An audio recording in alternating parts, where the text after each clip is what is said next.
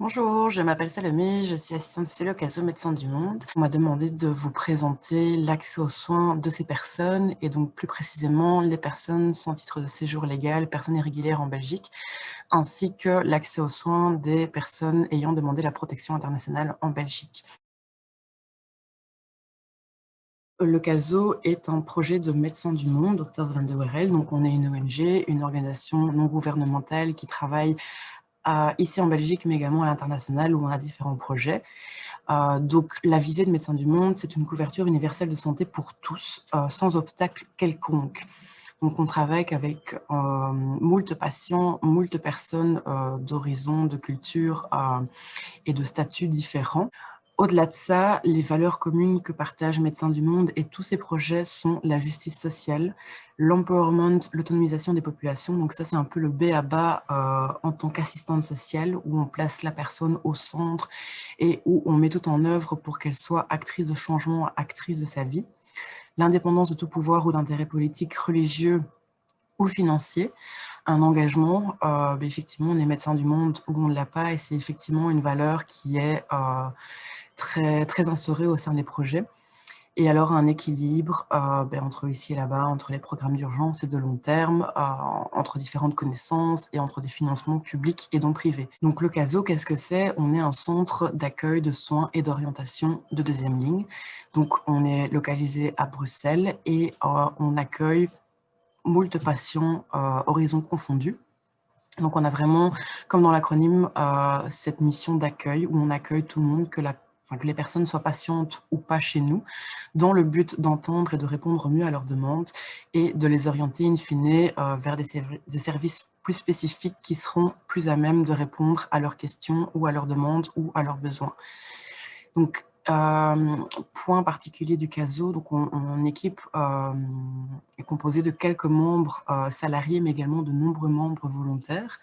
Donc, on a une coordonnatrice programme Belgique Accès aux soins Bruxelles qui va coordonner, mon équipe et moi, donc une référente médicale avec des médecins volontaires, qu'ils soient généralistes, spécialistes ou dentistes. On a également une référente santé mentale avec des psychologues volontaires. Moi et deux autres collègues sommes assistantes sociales et on a également une assistante sociale volontaire. On a des accueillants volontaires pour assurer la mission de l'accueil, une chargée de plaidoyer aide médicale urgente à Bruxelles et on aura bientôt une project officer programme accès aux soins qui rejoindra l'équipe. Et à côté de ça, on a une experte du vécu détachée du SPP intégration sociale au CASO. Donc le suivi au CASO est temporaire. Les patients sont pris en charge à partir du moment où ils nous ont été orientés au préalable par les projets Outreach, le temps que nous et donc moi et mon équipe puissions ouvrir ou réouvrir un accès aux soins de santé pour le patient. Donc notre objectif final, c'est l'ouverture des droits et l'insertion ou la réinsertion de nos patients dans le système de santé classique. Et donc, in fine, c'est qu'ils aient leur propre médecin et leur propre pharmacie afin de pouvoir assurer un suivi médical global. On est un service de deuxième ligne, donc ça veut dire qu'on ne collabore qu'avec nos patients, des patients qui sont connus du CASO, sur rendez-vous. Donc ces patients ont été orientés préalablement par des projets Outreach, des projets de première ligne qui sont soit de collaborateurs, soit de partenaires du CASO ou qui sont eux-mêmes projets de Médecins du Monde. Donc j'en ai répertorié 5 qui nous envoient nos patients. Donc les centres d'hébergement d'urgence, le Medibus qui est un projet de Médecins du Monde, première ligne qui effectue des maraudes médicales et de la prévention à la santé. Il y a Douche Flux, qui est une association œuvrant pour des objectifs désintéressés avec un public précaire. Il y a le Hub humanitaire, qui est un projet de Médecins du Monde également de première ligne, où c'est un espace pluridisciplinaire avec différentes organisations humanitaires qui œuvrent principalement pour un public migrant, mais pas que. Et enfin, nous avons Athéna, qui est un centre de médecine générale de dépannage et qui est également un centre focus sur l'accès aux soins de santé, comme le CASO. Au niveau des statuts administratifs, on reçoit principalement des personnes en séjour irrégulier en Belgique, donc sans titre de séjour légal, mais pas que. On a également des demandeurs de protection internationale dans nos patients. On a aussi des personnes belges ou assimilées belges. On a également des Européens. Et donc, c'est vraiment très large au niveau du statut administratif que la personne peut avoir ou pas ici en Belgique. Le seul droit en Belgique pour les personnes en séjour irrégulier, c'est l'aide médicale urgente. Donc c'est une forme d'aide sociale octroyée par les CPS, ce n'est pas une aide financière, c'est une prise en charge des CPS pour les frais médicaux des personnes en séjour irrégulier en Belgique. Ce qu'il faut retenir avec l'aide médicale urgente, donc être en séjour irrégulier en Belgique, être en état de besoin, donc avoir des besoins médicaux, qu'ils soient autant préventifs que curatifs. C'est très important parce que le terme de l'aide médicale urgente porte à confusion. Il ne faut pas forcément être à l'agonie pour solliciter une aide médicale urgente. Ça peut être par prévention ou simplement pour une prestation de soins comme vous et moi quand on va chez le médecin ou qu'on a besoin d'examens complémentaires pour savoir quel est l'état de santé de moi ou de vous ou de la personne. Et enfin, ne pas avoir de ressources suffisantes pour payer les soins de santé. Donc c'est un droit, c'est indiqué dans la loi et ce n'est pas une faveur. Donc c'est une aide sociale octroyée par les CPS, donc il faut s'en référer à son CPS de référence. Dans le cas où la personne est sans domicile fixe, alors il va falloir prouver, pouvoir attester que la personne est bien présente sur cette commune-là et que c'est ce CPS-là qui sera compétent et non un autre. Et donc, ça va être devoir attester, ben voilà, je passe la plupart de mon temps là, je vais faire mes machines là, je me restaure là, je dors sous ce pont, etc. Donc, c'est une partie qui est parfois un peu compliquée de devoir prouver la compétence territoriale du CPS. Seulement les prestations pour lesquelles il existe un code repris dans la nomenclature INAMI pourront être pris en considération pour une prise en charge par le SPP Intégration Sociale. Dans d'autres cas, si les prestations de soins ne sont pas du tout reprises de nouveau dans la nomenclature INAMI, donc à 100%, c'est également au CPS de façon aléatoire en fonction des CPS, de prendre en charge ou pas ces prestations-là sur fonds propres. Ici, je vous montre un exemple de carte médicale. Et donc, notre objectif au CASO, c'est une fois que la personne a la carte médicale, c'est de clôturer son dossier. Avant de clôturer son dossier, c'est de s'assurer, d'informer le patient, de savoir comment bien utiliser cette carte médicale, ce à quoi ça lui donne droit, qu'est-ce qu'il peut faire avec cette carte médicale, qu'est-ce qu'il ne peut pas faire, qu'est-ce qui est pris en charge au niveau des soins, qu'est-ce qui n'est pas pris. Et donc, vraiment l'impliquer, le mobiliser au niveau de toutes ses ressources, au niveau de cette carte médicale.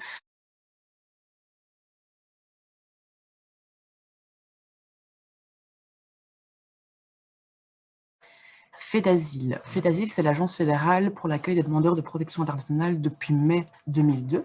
Donc FEDASIL a pour mission différents points qui sont repris ici dans le PowerPoint. Celle qui va nous intéresser, c'est d'octroyer l'aide matérielle au DPI de manière présentée assez brève.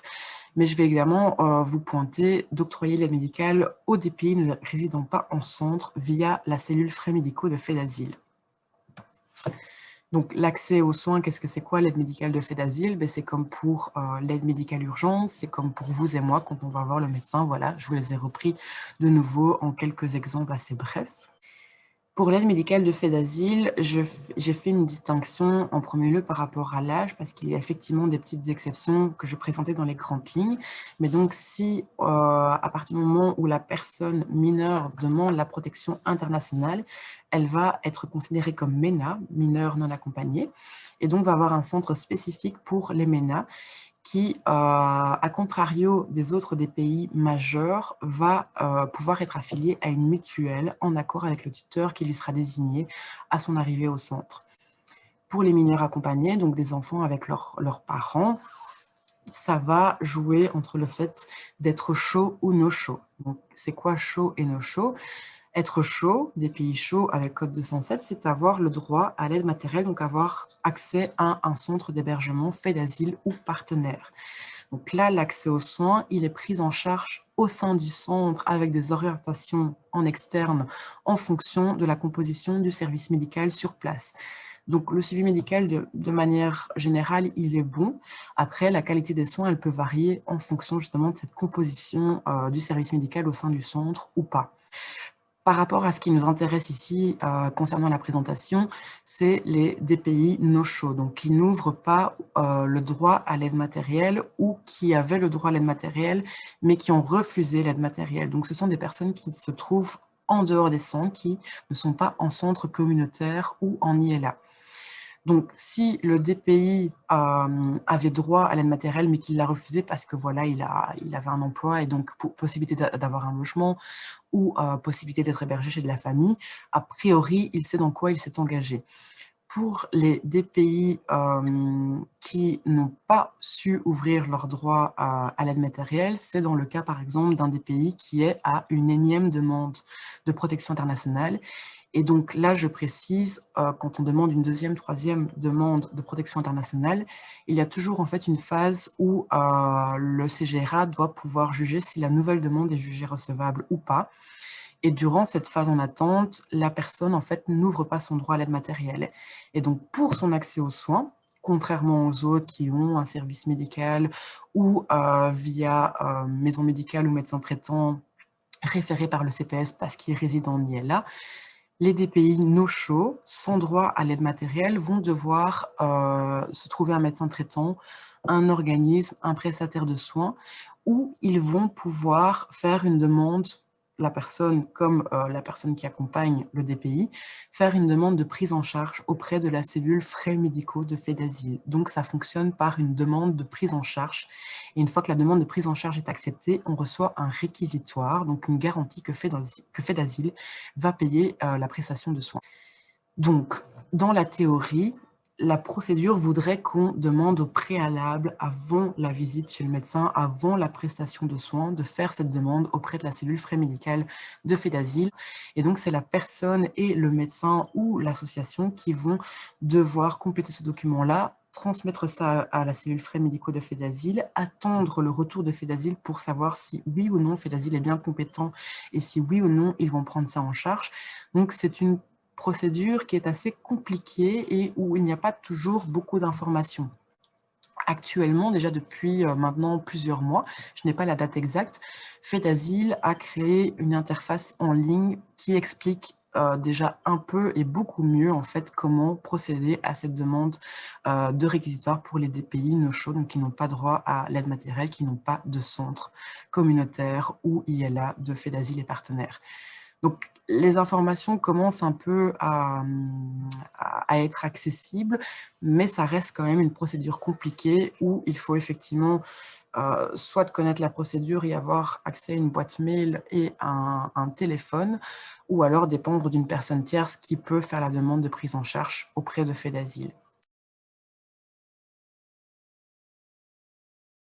Alors, avant de répondre à la question, je voudrais quand même juste repréciser les raisons pour lesquelles on invoque la demande de protection internationale. Donc, il y a deux éléments qui sont vraiment très importants dans la DPI. C'est les personnes qui ont quitté leur pays d'origine parce qu'elles nourrissent une crainte fondée de persécution en raison de 5 éléments repris par la Convention de Genève. Donc, soit leur nationalité, leur race, leur conviction politique ou religieuse, et en dernier lieu, de leur appartenance à un certain groupe social. Donc, on peut avoir un de ces éléments-là, comme on peut cumuler différents éléments repris dans la Convention de Genève. Cette crainte, si elle est avérée, on va pouvoir ouvrir un statut de réfugié. Dans le cas où on n'arrive pas à attester de cette crainte fondée de persécution en raison des différents éléments repris par la Convention de Genève, on va devoir attester de courir un risque réel de subir des atteintes graves si retour au pays. Et donc, sont considérées comme des atteintes graves la peine de mort, l'exécution, la torture, les traitements inhumains ou dégradants, une menace grave pour la vie d'un civil en raison d'une violence aveugle en cas de conflit armé interne ou international. Dans ce cas-là, parce qu'on n'a pas su répondre aux éléments de la Convention de Genève pour avoir droit au statut de réfugié, le CGRA, dans le traitement du dossier, va in fine analyser si effectivement la personne court un risque réel de subir des atteintes graves dans son pays d'origine si retour. Et alors à ce moment-là, si c'est attesté, une protection subsidiaire va être délivrée à la personne qui a fait une demande de protection internationale. Et donc au vu de ces éléments-là, la réponse est non. On ne peut pas demander la protection internationale pour des raisons de santé, parce que des raisons de santé n'est pas considéré au sens de la loi comme une crainte fondée ou un risque réel de subir des atteintes graves. Par contre, j'y apporte quand même une nuance. On peut invoquer dans la DPI l'état de santé de la personne, enfin la personne qui introduit une DPI doit et peut pouvoir invoquer son état de santé là-dedans, mais pas comme élément pour recevoir la demande de protection internationale. Et donc là, par exemple, je mentionne l'état de santé du DPI en conséquence à une situation U au pays d'origine. Et donc là, les exemples qu'on a parfois rencontrés au CASO, c'est des membres imputés suite à un bombardement U dans le pays d'origine. Ça peut être un stress post-traumatique. On ne va pas se cacher, la plupart des DPI ont justement ce stress post-traumatique de par la situation qu'ils ont vécue dans leur pays d'origine, mais aussi de par le parcours migratoire et également une fois aussi au choc culturel arrivé en Belgique ou dans un précédent pays de l'Union européenne, etc. Et également l'état de santé, un risque d'état de santé si retour au pays d'origine, mais notamment là je pense à l'excision.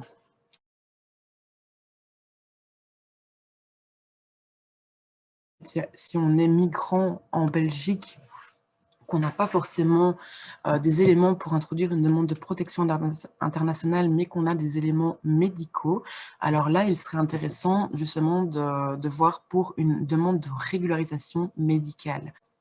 Et donc là, c'est une demande de régularisation de séjour pour raison médicale. Donc attention, ça concerne des pathologies graves qui ne peuvent pas être prises en charge ou soignées adéquatement au pays d'origine ou parce que le traitement n'est pas accessible au pays de la personne.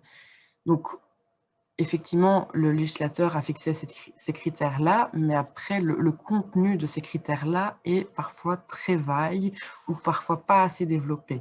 Donc, la régularisation médicale reste une possibilité pour répondre à des personnes migrantes, mais voilà, qui ne peuvent pas demander la protection internationale parce qu'elles n'ont pas les éléments pour l'invoquer. Mais par contre, si effectivement il y a une situation médicale, c'est intéressant de s'intéresser alors à la régularisation médicale.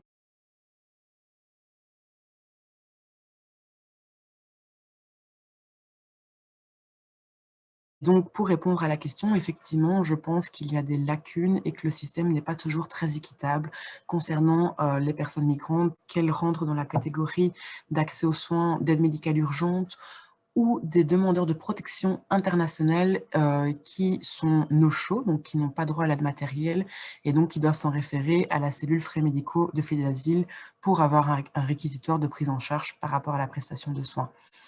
Autant l'une comme l'autre, donc l'AMU et ces demandes de réquisitoire, ce sont des procédures extrêmement complexes et qui sont génératrices d'inégalités. Tout ça enfin, va dépendre d'un CPS à l'autre, d'une commune à l'autre, d'un centre à l'autre, d'une ILA à l'autre.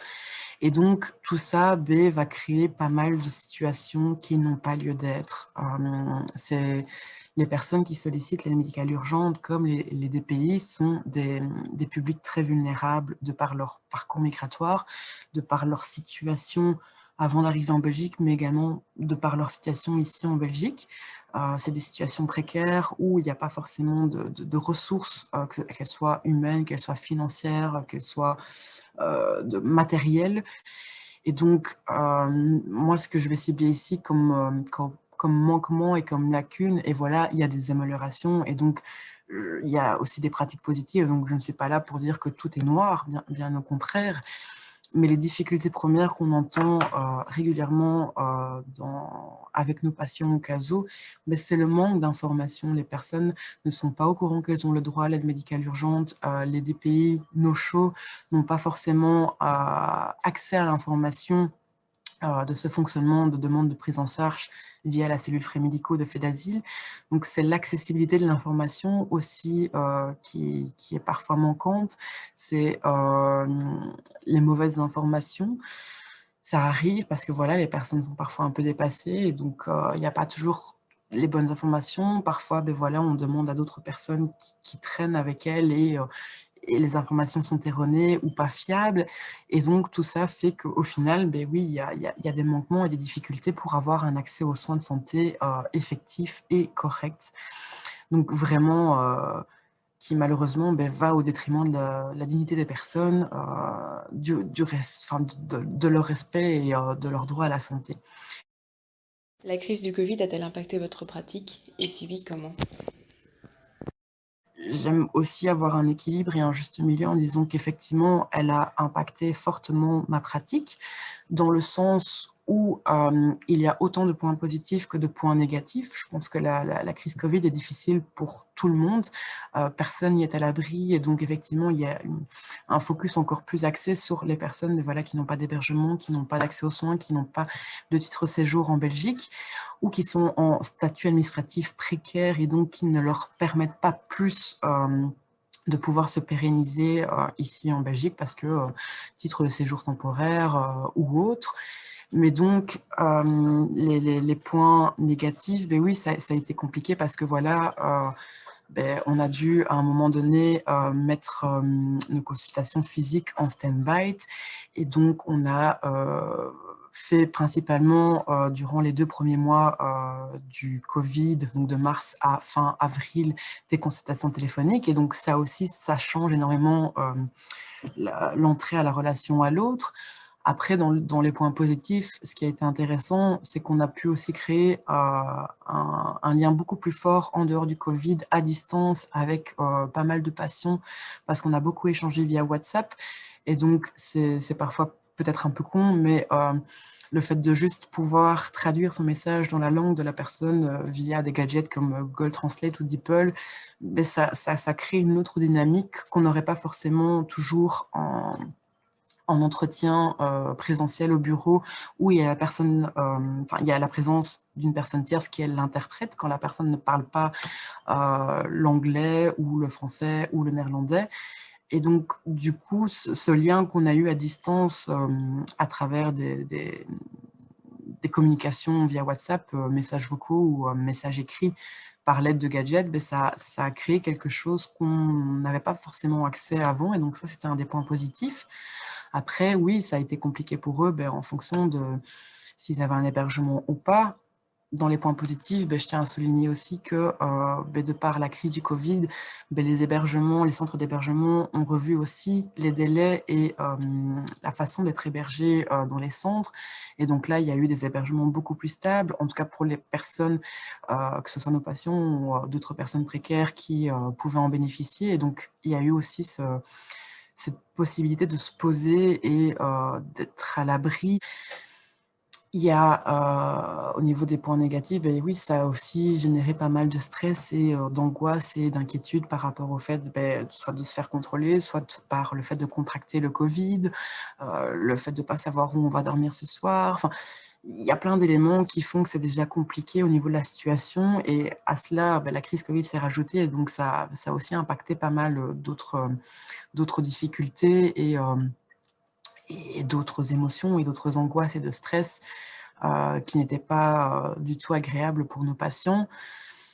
Par rapport à l'accès aux soins de santé, ça a eu aussi également un impact autant positif que négatif. Donc, avec certains CPS, on a eu une excellente collaboration et on l'a toujours actuellement où voilà, on nous a permis de faire des demandes d'aide médicale urgente à distance et donc ça nous a permis aussi un meilleur suivi et le fait de mobiliser beaucoup plus le patient sur son accès aux soins de santé et d'avoir son propre médecin et donc une meilleure prise en charge et un meilleur suivi justement d'orienter ce patient vers sa structure médicale. Contrario, voilà, il y a eu d'autres CPS où ça a été un peu plus difficile et où ils ont été un peu moins accessibles durant le Covid. Donc voilà, il y a des pour et des contre, il y a des points positifs et négatifs par rapport aux DPI, aux demandeurs de protection internationale. Alors ça, oui, ça a été aussi une période très compliquée les premiers mois du Covid, parce qu'il faut savoir que les instances d'asile, mais également le dispatching de fait d'asile avait fermé ses portes. Donc il n'y avait plus de demandes possibles pour acter une nouvelle demande de protection internationale. Donc voilà, je pense que cette crise a été compliquée et reste compliquée puisqu'on est toujours en plein dedans pour tout le monde, pour moi, pour mes collègues et pour tous les partenaires et collaborateurs et pour tout le secteur associatif et encore bien d'autres. Mais donc, enfin voilà, là, je parle au niveau de ma pratique. Et effectivement, les premiers lésés, c'était effectivement nos patients et toutes les autres personnes en situation précaire pour X ou Y raison.